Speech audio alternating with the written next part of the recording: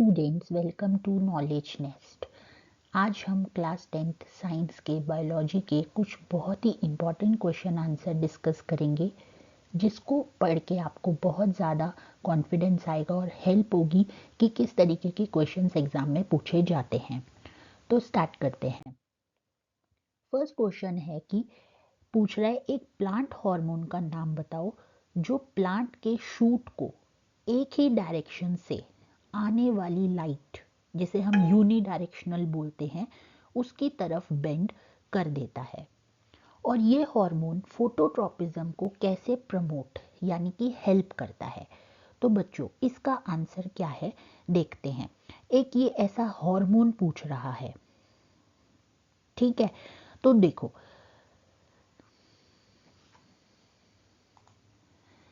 बच्चों, जब light plant पर एक ही डायरेक्शन से पड़ती है तो प्लांट का एक साइड ब्राइट हो जाता है और दूसरा साइड शेडो में हो जाता है, ठीक है।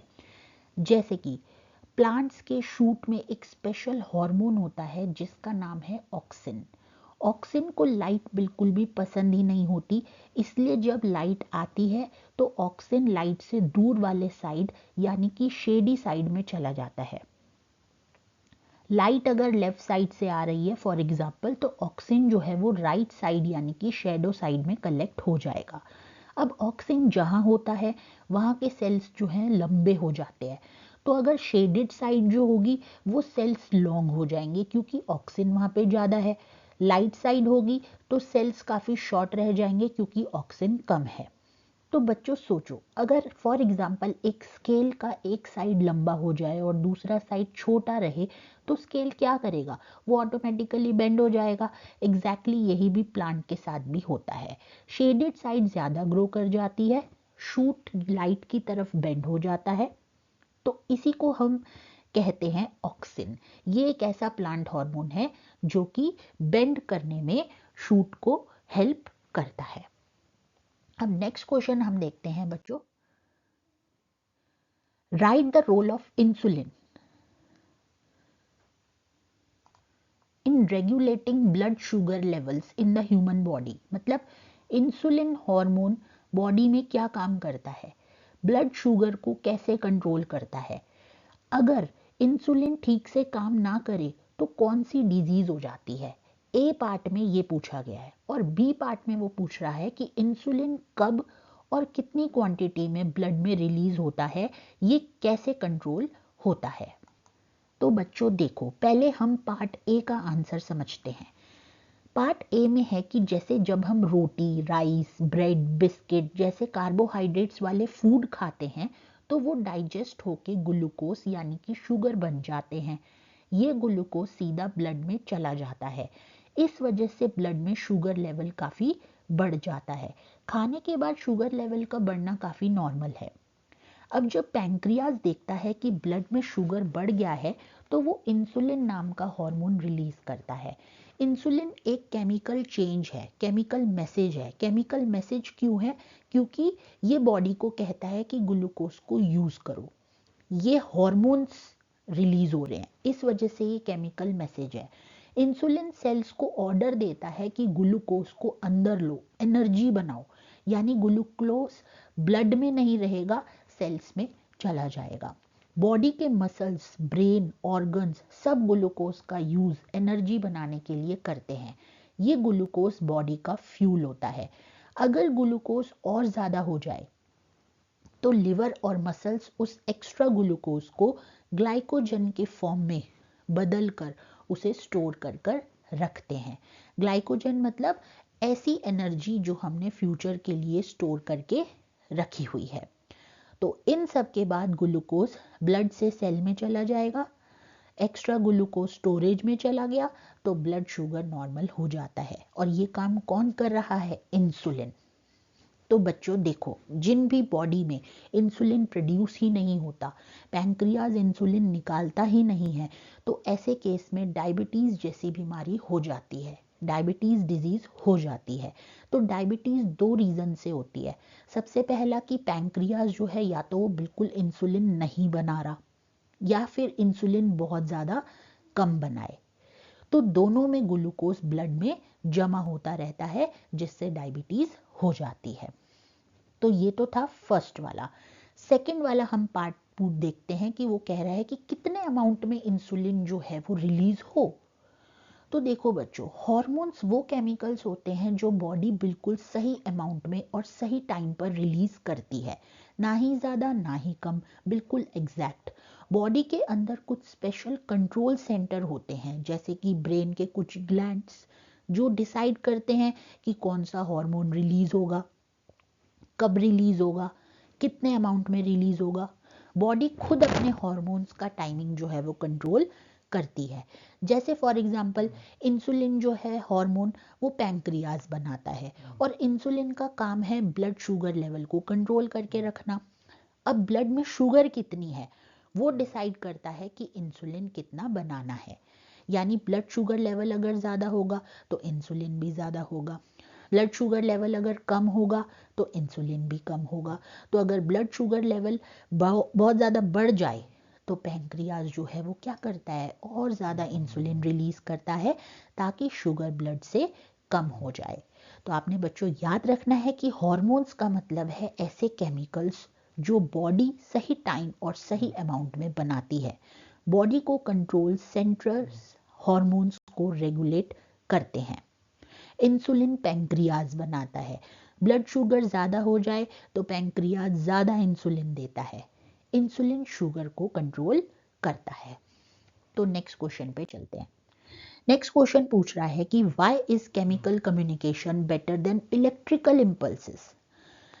मतलब जैसे कि मल्टी सेलुलर ऑर्गेनिज्म यानी कि ह्यूमंस, एनिमल्स, प्लांट्स, उसमें सेल्स एक दूसरे से बात कैसे करते हैं, कम्युनिकेशन कैसे होता है। मतलब सेल्स के बीच में कम्युनिकेशन के लिए केमिकल सिग्नल्स का बच्चों मतलब होता है हॉर्मोन्स। ये क्यों ज़्यादा बेटर होते हैं इलेक्ट्रिकल सिग्नल्स के कंपैरिजन में। इलेक्ट्रिकल सिग्नल मतलब नर्व इम्पल्स। तो मेनली वो केमिकल सिग्नल की इंपॉर्टेंस पूछ रहा है कि भाई क्यों ये इतने ज़्यादा इंपॉर्टेंट हैं। तो देखिए बच्चों, इसका आंसर भी अब हम देखते हैं। हमारी बॉडी में आप ये समझो कि सेल्स जो हैं एक दूसरे को मैसेज भेजते हैं। तो दो तरीके के मैसेज हो सकते हैं। सबसे पहला तो है इलेक्ट्रिकल इम्पल्स जो नर्व्स भेजती हैं। दूसरा है केमिकल मैसेजेस जो हॉर्मोन्स ब्लड में देते हैं।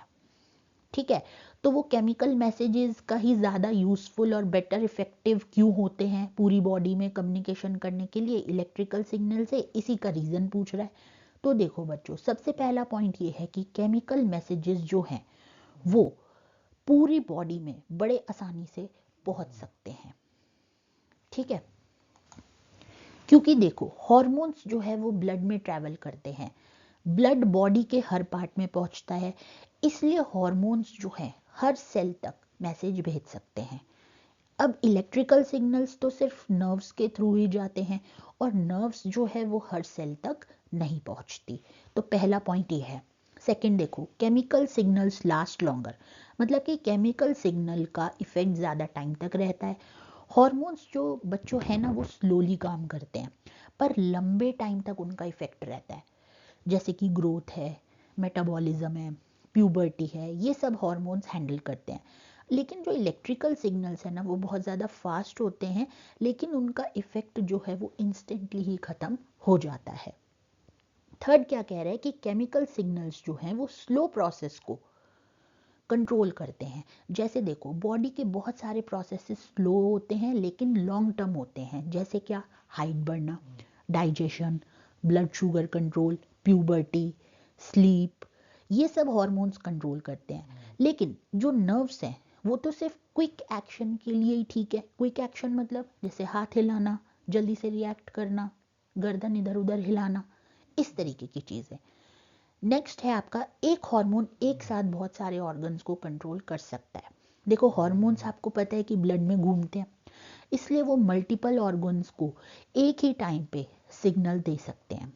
लेकिन जो इलेक्ट्रिकल सिग्नल्स हैं वो सिर्फ और सिर्फ एक स्पेसिफिक नर्व और एक स्पेसिफिक ऑर्गन तक ही जा सकते हैं।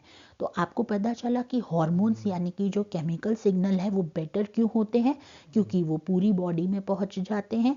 दूसरा, उनका इफेक्ट लंबे टाइम तक रहता है।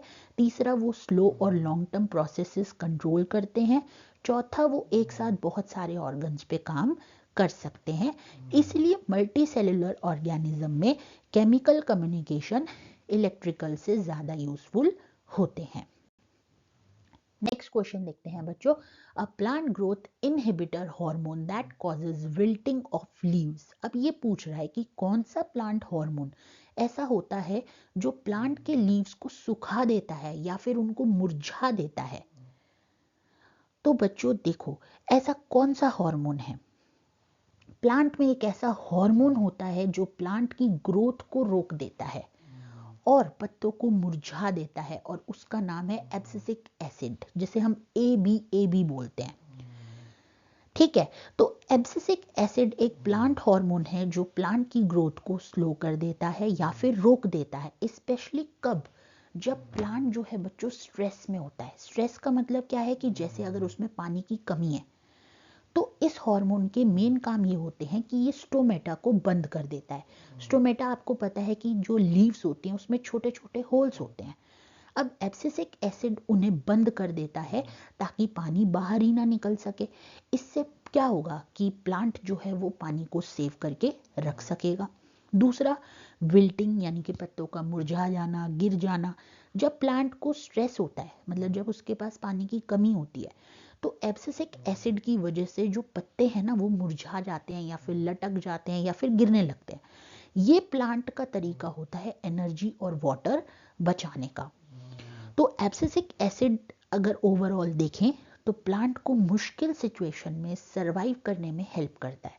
जैसे पानी कम हो तो प्लांट की ग्रोथ रोककर और पानी बचाकर उसे बचाए रखता है। तो आई होप बच्चों आपको ये क्वेश्चन बहुत अच्छे से समझ में आ गए होंगे।